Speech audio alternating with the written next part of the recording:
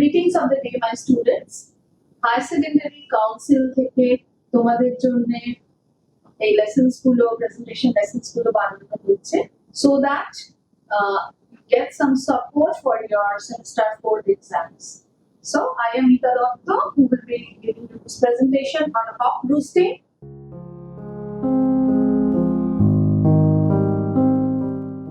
So this is a verse from your semester 4 syllabus, and we are going to know a little about the poet from this lesson. So this poem has been written by Ted Hughes, and he was born in England in 1930.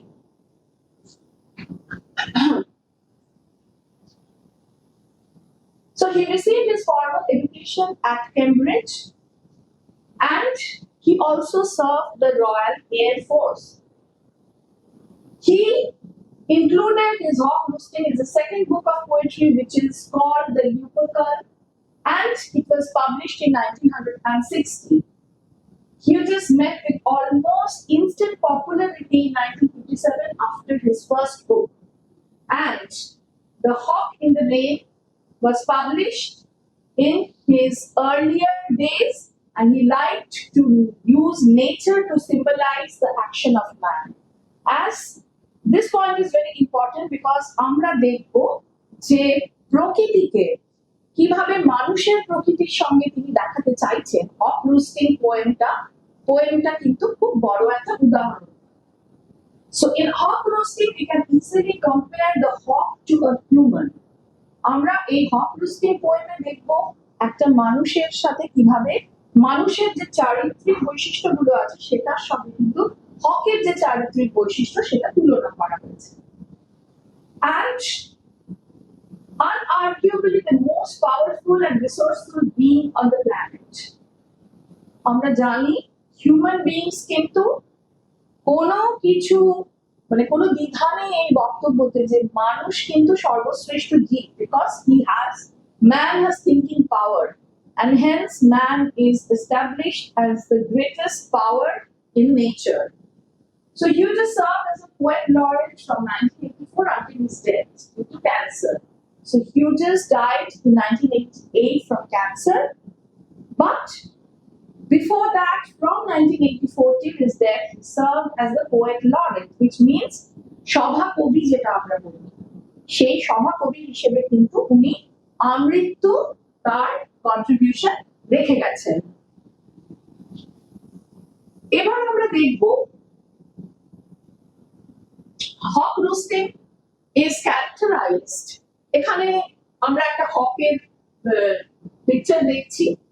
We go to the slide before. Hawk roosting is characterized by its powerful first-person dramatic monologue from a hawk. এটা একটা dramatic monologue, অর্থাৎ এখানে hawk is talking on its own. আমরা জানি না কে audience, but হক কিন্তু নিজে কথা বলছে এখানে। There is no other narrator. And we see this is characterized মানে আমরা পুরো কবিতাটাকে দেখবো, কবিতার লাইনগুলোতে যখন আসবো, যে it's very powerful. হক যে কথাগুলো বলছে সেগুলো very arrogance আছে, ভীষণ রাগ আছে, ভীষণ তেজ আছে, আমি সবকিছু, আমি এখানটা রুল করি, আমি dominant, that feeling is there in the hawk. It explores themes of raw power, absolute control, and nature's inherent violence. এবং আমরা একটা কি দেখবো যে এই হক কিন্তু একদম তার ভেতরকার যে র পাওয়ার, তার ভেতরকার যে শক্তি তার রয়েছে সেটাতে কিন্তু সে কোনো রাগ ঢাক করেনি। The hawk is not hiding any of his arrogance, thoughts of dominance or cruelty. It is just speaking from his heart.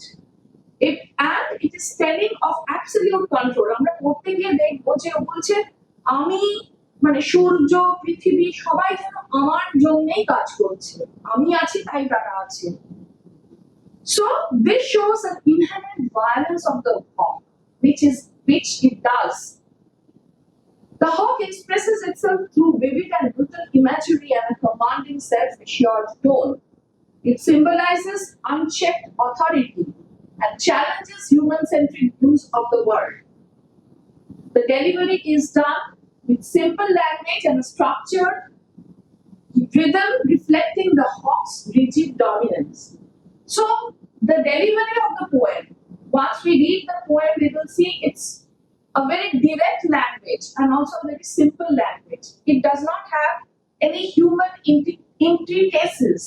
মানুষের মনে যে কমপ্লেক্সিটি আছে সেইটা কিন্তু তোমরা এই স্পিকিং এর মধ্যে পাবে না। মানুষ কিন্তু অনেক লুকিয়ে অন্য কি ভাববে সেই থটফুলনেসটা দিয়ে কথা বলে, কিন্তু হক what he does he speaks. There is nothing to hide in between. So here hawk roosting gives the hawk a powerful voice. You see the picture of the hawk, you see how it is sitting on the branch and just see its eyes. It's so much harsh, cruel and concentrated. It is concentrating on its actions only. So the poem uses strong language to show how the hawk sees itself as the top of the natural order, with no fear or challenge. We will see in the poem that the hawk is sitting at the highest branch of a tree.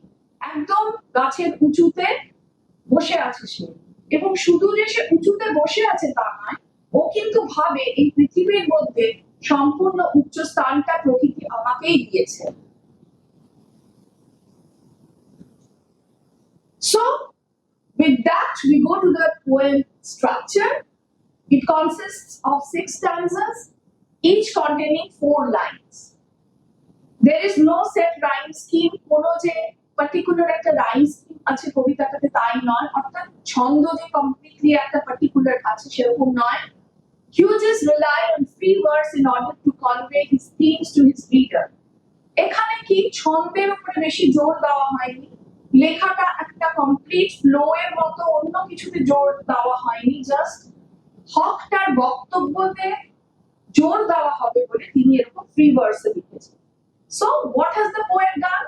The poet has not used any rhyme scheme. It's just a flow of what the hawk is speaking to elaborate and stress on what the hawk is speaking only. So what the hawk's intention is, that is his most prior idea of writing this poem. So there has not been a particular rhyme scheme. And it's in the form of a dramatic monologue, as we have already discussed. So you may have in your question what a dramatic monologue is. So to explain that, a dramatic monologue is a speech by a single character revealing its personality, history or motivations to an implied or present listener who doesn't speak at a crucial moment, creating a connection and depth by unveiling the speaker's true self. So what is it? There's a speaker who speaks for himself or herself or itself, and there is no particular audience that he is speaking to. Only the hawk is here speaking of itself. So it's a speech by a single character, that's the hawk, and it reveals the hawk's personality, the cruelty of the hawk, the dominance of the hawk, the raw power of the hawk. And it, of course, it implies that the listener who is listening is also dominated by the person who is speaking. Though here or in a dramatic monologue there is no such person which is described or of whom we come to know from the poem. So the speaker's true self, এই যে হকের character, এটা যখন ও নিজের arrogance দিয়ে বলছে তখন naturally আমরা কিন্তু সেটা অনেক বেশি করে বুঝতে পারছি, and that is the significance of a dramatic monologue. When a person is speaking in his own voice about himself, you come to know directly of the type of person he is, and that is the intention of Teddy here. So instead of the poet telling you about the character tells you about itself. So it's not like the poet is telling us or somebody else is telling us about how the hawk is. The hawk is self-telling how it is, how it feels about everything.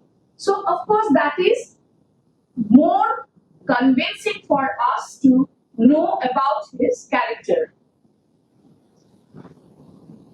So we can interpret the hawk from the dramatic monologue that we have been doing. So the hawk, what is it telling or what is it celebrating in this poem?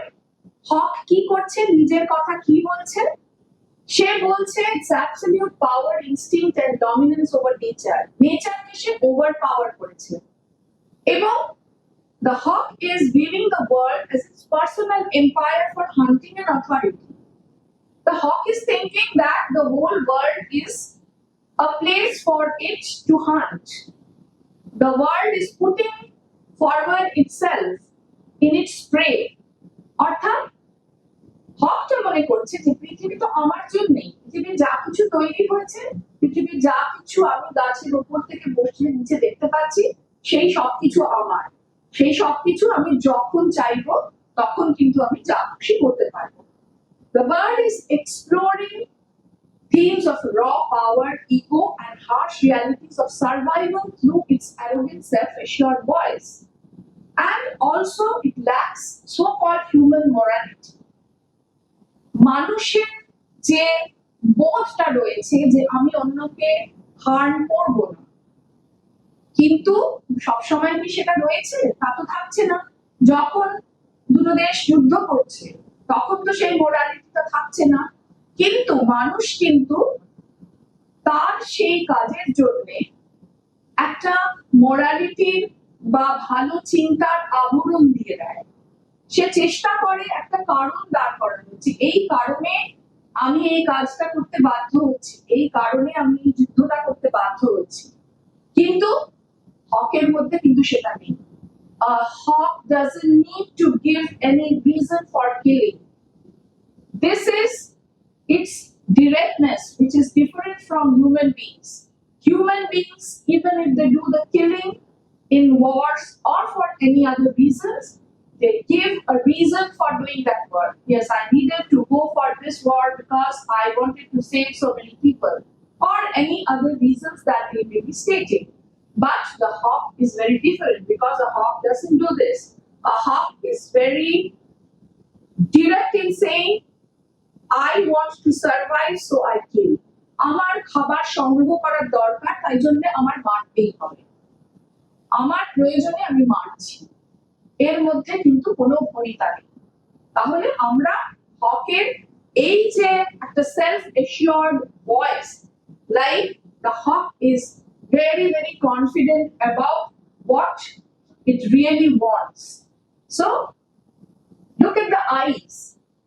আমরা এতক্ষণ যা কথা বলছিলাম, what we have been talking till now, the cruelty, the power, the dominance, the arrogance that the hawk has in itself, see, it's so prominent in the eyes.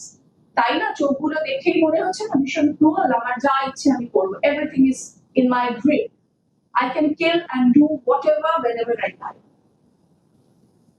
So with this idea, the poem presents a stark and predatory perspective through the persona of a hawk. So when there is a predatory instinct, যখন কেউ কাউকে কবজা করতে চায়, dominance করতে চায়, তখন কিন্তু আমরা এই যে হকের পার্সোনাটা, ক্যারেক্টারিস্টিকটা, বৈশিষ্ট্যটা সেটার মধ্যে দেখতে পাই। সুতরাং মানুষেরও কিন্তু এই কোয়ালিটিটা আছে, কিন্তু মানুষের সঙ্গে হকের কি difference? What is the difference between the operation of a human being and a hawk? It's that human beings give a coating in the name of reason for its deed, for its killings, but a hawk doesn't do so. So it emphasizes the hawk's predatory instincts and its detached, almost mechanical approach to hunting. So why mechanical approach? Mechanical approach মানে সে ভাবনা চিন্তা করে না কি হবে, আমার খাওয়ার দরকার, আমি মারছি, I need to survive, so I'm killing. So it's very mechanical. There is no emotion hidden in it. The hawk's unwavering focus on its purpose and its lack of remorse or empathy reflects the primal and instinctive nature of its existence. So it is void of any empathy. তার কোনো দয়া মায়া এসব কিন্তু কিচ্ছু নেই. The poem's precise language conveys the hawk's cold efficiency and its dominance over the surroundings. And the way the poet has described the hawk, it is also coming out that the hawk is very cold, like it is not thinking about the way it is killing. You know, it jumps, it breaks the neck of the animal that it is killing. একদম ছো মেরে ঘাড় মুটকে দেয়. তার মাঝে যাকে মারছি আমি তার কি হচ্ছে তার ব্যথা ব্যথা এগুলো কিছু ওর কনসিডারেশন না. So it's not for the hawk to consider what is going through its prey. It is just bothered about its own survival.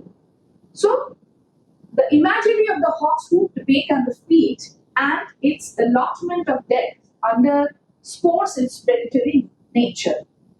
So আমরা একটা জায়গায় দেখব কবিতাটাতে যে beak আর feet অর্থাৎ তার ঠোঁটটা এবং পা দিয়ে যে আঁকড়ে ধরে দেখবে the feet are very sharp nailed and the beak is also very sharp so that it can hold the prey very properly, it can grip the prey and break its neck.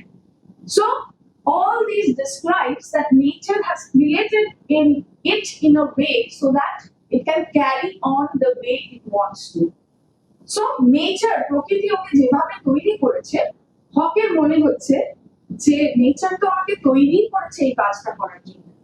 So nature কিন্তু আমার সাথ দিচ্ছে. Nature is supporting me in doing what I am doing.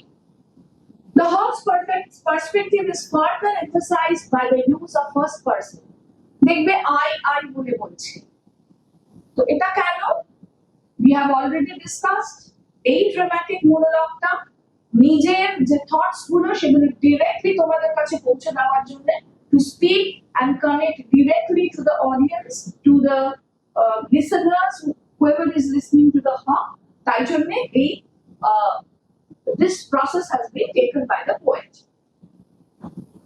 So in the context of its time period, the poem reflects the post-war disillusionment and questioning of traditional values, comparing it to animal instincts that characterized the mid-20th century.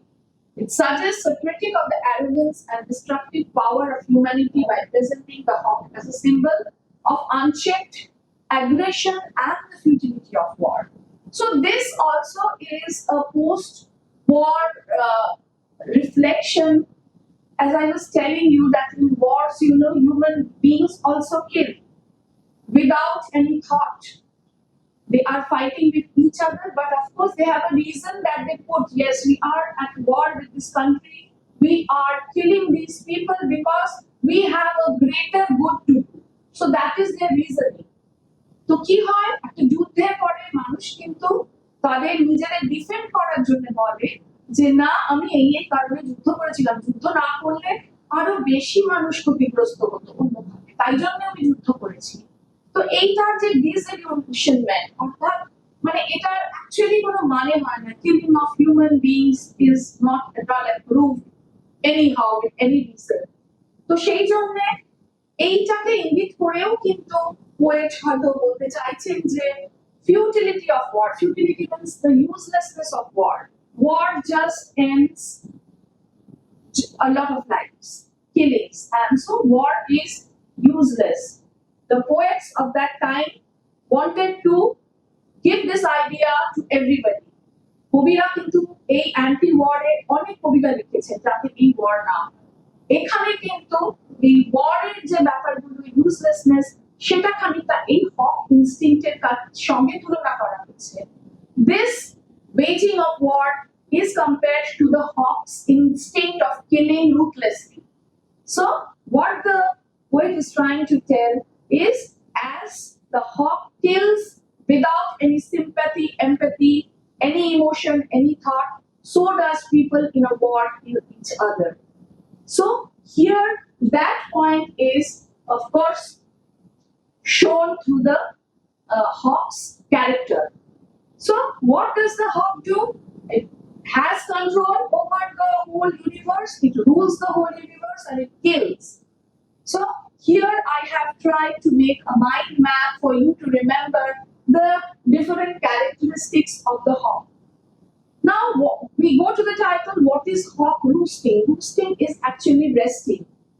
At the beginning we see, the start of the poem, we see the hawk is resting with closed eyes at the top of a branch. So আমরা দেখছি হকটা বসে আছে একটা গাছের উপরে, তার চোখ বন্ধ।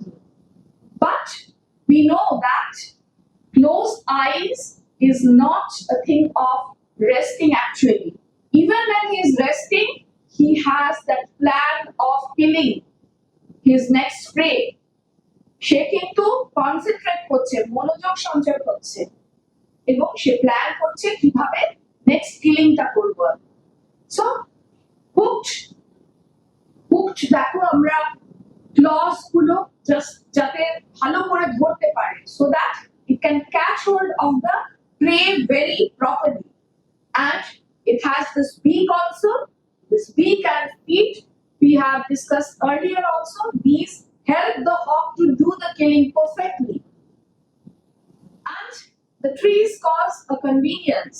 The high branches where it sits, it sees the world underground under him very properly, as if the world holds up to him to select what he is going to eat and what he is going to kill. সে উপরের ডাল থেকে পুরো পৃথিবী তাকে মেলে ধরেছে, জানো, তার ভান্ডার, যে তুমি কোনটা খাবে, কোনটা তুমি কিল করবে next. So the hawk thinks that the trees, the high trees, give it a convenience, তাকে সুবিধা করে দেয় হান্টিং এর জন্য। So হক আরো কিভাবে এই গাছ থেকে সে ইন্সপেকশন করছে, ভালো করে দেখতে পাচ্ছে নিচে কি আছে, কোনটা আমি বধ করব এরপরে, what I will catch hold of next. And he feels that the feat is made in such a perfect way that he can hold the very creation that has created him in his own feet. ও মনে করে যে পৃথিবী তাকে সৃষ্টি করেছে, সেই সৃষ্টিকেই সে কিন্তু আঁকড়ে ধরে ফেলে দিতে পারে, খেয়ে নিতে পারে, তার মনোভাবটা এমন। এবং এই যে সফিস্ট্রি, হোয়াট ইজ সফিস্ট্রি? ও কিন্তু বলছে এক জায়গায়, I don't have any sophistry. Sophistry is human thoughts to justify their action. ওই যে তোমাদের বলছিলাম, যুদ্ধ করতে গেলে আমরা ভাবি এই কারণে আমরা যুদ্ধ করছি, যুদ্ধ করলে ভালো হবে তাই আমরা যুদ্ধ করছি, আমরা কারণ তার কোনো চেষ্টা করি, কিন্তু সেই সফিস্ট্রি, সেই ক্রিটিক্যাল থিংকিংটা কিন্তু হকের মধ্যে নেই। The hawk doesn't think of anything. He just sees, jumps, kills and eats.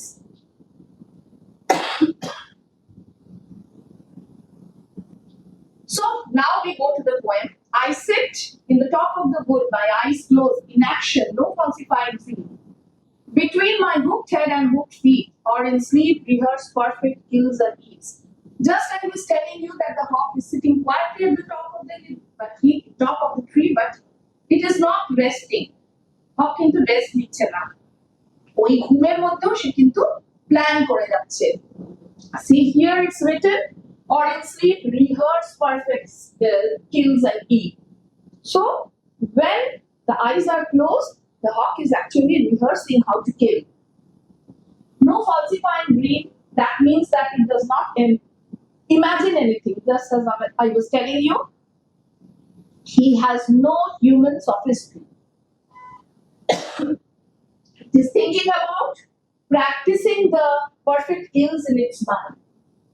And this is showing that the hawk is always on a go, always ready to kill. And he has no reasoning for that killing. So actually, what are these lines showing this? Lines are showing the hawk's confidence, and it is also showing that the hawk has a natural instinct for hunting, and it also shows how powerfully and how beautifully its mind and body are connected. It is keeping its mind ready for its body to do the exact work. So with that, we come to the next four lines. The convenience of the high trees, the air's buoyancy, and the sun's ray are of advantage to me. So what does the hawk think? He thinks that the height of the trees from which I can see everything, the air's buoyancy. So you know a bird can balance itself in the air. পাখিরা ভেসে থাকতে পারে গাছ মানে হাওয়াতে, তো সেই সমস্ত কিছু এবং sun's rays. Why are the sun's rays important? Because ভালো আলো থাকলে ভীষণ ক্লিয়ারলি ও দেখতে পাবে. When there is bright sun rays, the hawk can see the ground very beautiful and choose what to do, what to kill next. So he thinks that it is an advantage for him. And the earth face upward for my inspection. So when the hawk is sitting up, of course, when he is looking down, it seems that the earth is like a bowl holding up to you. যেন বলছে যে তুমি কোনটা নেবে, কি নেবে, তার সামনে পুরো সবকিছু সাজিয়ে রেখেছিস. So the next four lines, my feet are locked up the rough bark. It took the whole of creation to produce my food by each feather. Now I hold creation in my foot. I was showing you in that mind map the picture of the claws, the beak. This is what exactly the hawk is saying here. That the world has created my beaks, my claws. The creation has created me, but I hold the creation in my feet now. অর্থাৎ আমার ঠোঁট, আমার clause সবকিছু কিন্তু তৈরি করেছে ভগবান. কিন্তু ভগবানের তৈরি সেই জিনিস, আমার পালক, সমস্ত কিছু যার জন্য আমি রেডি আছি এই মারণ কাণ্ড ঘটানোর জন্য, আমাকে যারা তৈরি করেছে আমি কিন্তু তাদেরকেই আমার গ্রিপের মধ্যে রাখি সবসময়. So now I hold creation on my feet. So this shows actually how proud and confident the hawk is. And the hawk is, I believe that nature made it perfect, and nature also gave him the power to choose between life and death. It can make anyone die, it can kill anything in the creation to go on existing in its own life. So then we come to the next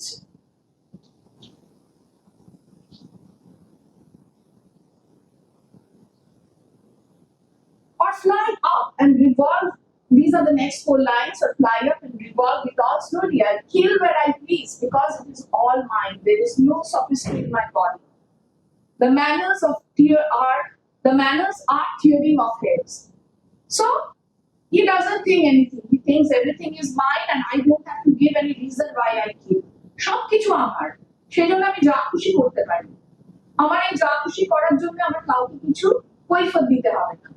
So it is saying this, the phrase my manners are tearing of it shows the hawk's brutal and violent nature.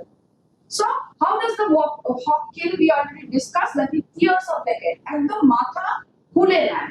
তো এইটা যে বলছে এইভাবে, সেটাতেই বোঝা যাচ্ছে যে কতটা নিষ্ঠুর সে, তার কিন্তু কোনো খারাপ লাগছে না.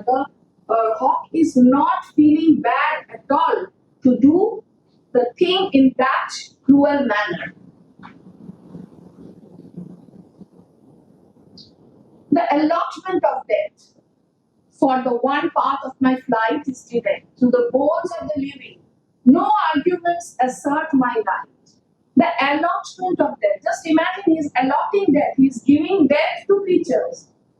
সে বলছে কে মারা যাবে, তার মানে এটা কে করতে পারে? একমাত্র the supreme power can do that. So the hawk is putting himself as a supremely powerful being. So it is telling that the hawk talks about how it is responsible for spreading death. It says that its flight has only one clear purpose, which is to kill living creatures, flying straight and directly through them. So what is the hawk's what to do? কিছু ভাবতে হয় না, directly মারার জন্যই ঝাঁপায়, সেটাই বলছে. The hawk does not need to explain or argue why it has this right to do. And it does not need to explain, as we already talked about. কাউকে কিছু বলতে হয় না, তার মনে হয় তাই সে করছে. It simply acts because it believes it is naturally entitled to do so. So it also thinks that it has naturally the power. Nobody had to give it the power. তার মনে হয় যে তাকে সৃষ্টি করা হয়েছে ওই পাওয়ার দিয়ে, তার কারো কাছে পারমিশন লাগে না, তার মধ্যেই ওই জিনিসটা দেওয়া হয়েছে, তাই জন্য সে কিন্তু যা খুশি করতে পারে. তাহলে this is the harsh reality of life and death in nature. So we also know that human beings once assigned to death, এটা কবি হয়তো খানিকটা আমাদের কথাও বলছেন এখানে, যে হক যেরকম মনে করছে যে সুপ্রিম, সে যা খুশি করতে পারে, আমরা হিউম্যান বিইংসও কিন্তু কোনো পাওয়ারের কাছেই রয়েছে. এবং it's not always that power that kills us. That's why the poet has in one place told that we human beings give a reason for that killing. But always it's not so that we are naturally taken away. মানুষ কিন্তু সবসময় naturally যে supreme পাওয়ারের কাছেই নত স্বীকার করছে তা নয়. মানুষ মানুষের কাছেও কিন্তু নত স্বীকার করে. মানুষ মানুষকে যখন এইরকম ভাবে ধ্বংস করে, তখন কিন্তু সেই মানুষকে হকের এই ইনস্টিংক্টের সাথে কম্পেয়ার করা হয়. So the sun is behind me. Nothing has changed since I began. My eyes has permitted no change. I am going to keep things like this. So শেষে তিনি বলছেন যে সূর্য আমার সাথে আছে. আমি শুরু করার পরে কোনো কিছু কিন্তু পরিবর্তন হয়নি, এবং সেই যে পরিবর্তন হয়নি সেটাকে সে বলছে my eyes has permitted no change. আমার চোখ কোনো কিছু চেঞ্জ করতে দেয়. এইটাও কিন্তু সে that the supreme power has kept everything the same. He is not saying so. He is saying that everything has not changed because I did not want it to change. And he is saying I am going to keep things like this. দেখো সবসময় বলছে আমি এরকম করবো, আমি যদি allow করি, আমি এটা করি. So it's all about me. He is thinking he is supremely powerful. So the poem concludes with the hawk saying that the sun is always behind it. So we know without the sun the earth is not possible. So when the sun is behind him, he is feeling more and more supremely powerful. সূর্য ছাড়া কিন্তু আমাদের পৃথিবীতে প্রাণ থাকা সম্ভব নয়. তাই সেই সূর্যই যখন হকের কাছে আছে, তখন কিন্তু বলতেই হবে যে সে নিজেকে সবথেকে বড় প্রধান ভাবছে. It believes that nothing in the world has changed since its first existed. It refuses to let anything disrupt the natural order. It believes its rules over. এবং সে মনে করে যে সেই রুলার এখানে, তাই জন্য সে মনে না করলে কোনো কিছুই পরিবর্তন হবে না. In this way, we end the poem. So, all through whatever we have been doing, that is written in a summary in this themes, how we get the idea of power and dominance, how we get the idea of nature's brutality and unchecked authority. Also, we see how much egocentrism and narcissism. Narcissism is too much of self-love. So the hawk has too much of love, too much of thinking that he is the supreme being. So these are the themes that we already discussed. So I am not going through the slide again. এটা তোমরা ভালো করে দেখে নিও, এবং when questions come regarding the theme of the poem, of course you can go through these slides and write in your own words what you're going to feel the answer would be. So now next we go to the imagery and symbolism. The hawk here symbolizes raw power, natural instinct, the physical prowess, the physical build-up of the hawk, that is shown through its hooked head, feet, and the perfect kills. That has been described. The capitalized words, see there are two capital words, the creation and the sun. So a question, any short question may come regarding this. So that suggests a sense of absolute authority. The hawk is making itself superior to God. So creation, and when the hawk says the sun is behind me, I hold the creation, it means something that God has created. I am in ownership of that. So that gives the extreme powerful tone that the hawk is trying to give us. So the use of free verse has been discussed, and the opening lines, I sit in the top of the wood, my eyes close. These also show a very composed picture where the hawk starts with a godlike position, like আমি উপরে বসে আছি চোখ বন্ধ করে, and everything is below me. Now we come to the key figures of speech. There is personification. The entire poem is an extended example, giving the hawk human qualities. You know, personification is when we give some thing or anything other than human, the qualities of a human being is called personification. And here we see the hawk having many, the hawk is speaking, so that is one of the human qualities. The hawk is thinking, that is also one of the human qualities that has been given.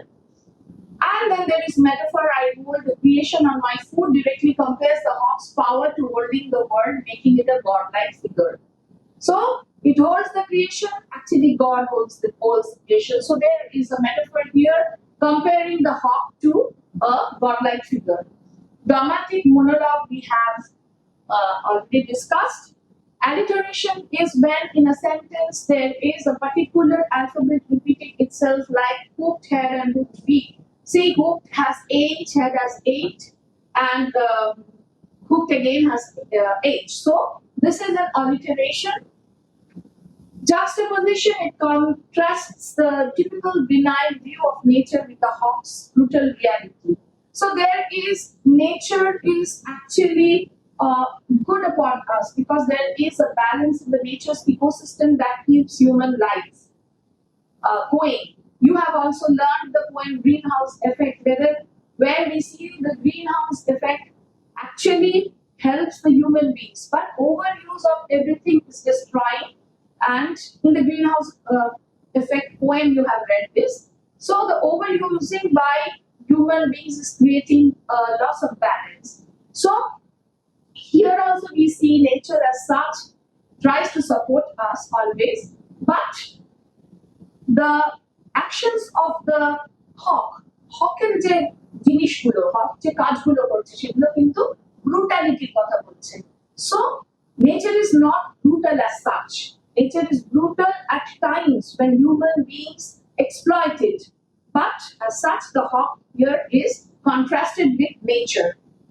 And there is wordplay, allotment of death suggests both ownership and the granting of life and death.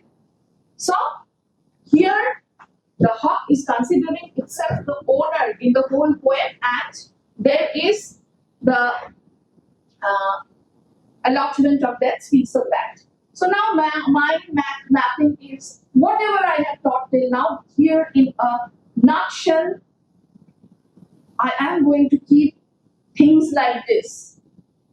So things like how কিরকম রাখতে চায় এইরকম, hawk's authority, creation and power, nature's service, eternal reign, nature's rule, control over life.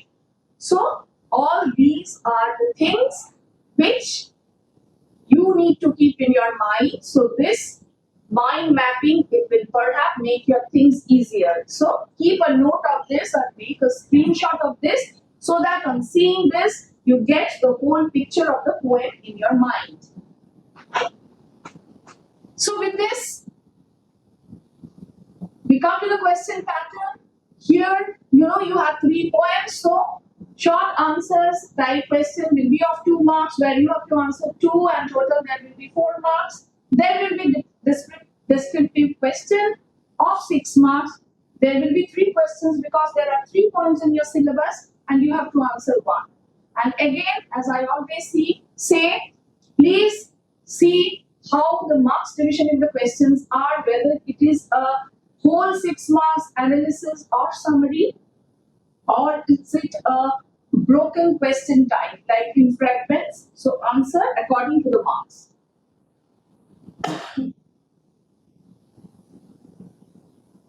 Now the common errors. Spelling mistakes, construction errors that you have to practice and practice more writing so that you don't have these difficulties, because these will just not give you the marks you deserve. Question numbers is another important thing that you should be keeping in mind. Maintain the sequence as much as you can as possible, but even if you write answers after the question there are A, B, C, D, suppose there are some part questions, you write A and B, you can't remember C, don't write it somewhere else. Keep a blank there, come and write it afterwards. Or even if a situation is there that you need to write it afterwards, please mark the question properly. So please read the questions very carefully. Don't give irrelevant answers. Read the text again and again, which I will show you as remedial measure, that reading as much as you can and writing as much as you can. There is no alternative to that. Bhalo kore porbe text, bhalo kore likhbe question answer. Answer as many types of questions as you can and try writing according to the word limits given. So these are some of the things which you can very well do once you practice well. Bhalo kore lekha practice korbe, lekha practice korle kintu joto word limit er moddhe likhte bola hocche seta tumi parbe ebong setar jonne tumi marks ta kintu onek better pabe. So students, always try writing in your own words, don't memorize answers, and keep in mind the word limit that has been given. So here is a slide giving you the model questions of the short answer type questions. You may read the text carefully and find out many more short questions that can be given. The council has also brought out a book in which you can find the model short answer type questions. So I am not reading the questions. তোমরা স্লাইডটা screenshot করে রেখো বা ভালো করে এটা দেখো, and if there is anything that you want to ask me, of course you can write or put your questions upon the comment box. Now we go to the descriptive type questions which carry 6 marks. Those marks can be totally in 6, or it can be broken like this in 3 plus 3, or it can be like this 1 plus 2 plus 3. So answer according to the marks. Keep in mind that, read the questions again and again. So with this, we do come to the end of this presentation. Thank you so much, my students, for your patient listening. Hope you will learn your lessons very well, go through it again and again, and try to read in such a way so that you can answer any type of questions from any part of the text. Thank you so much.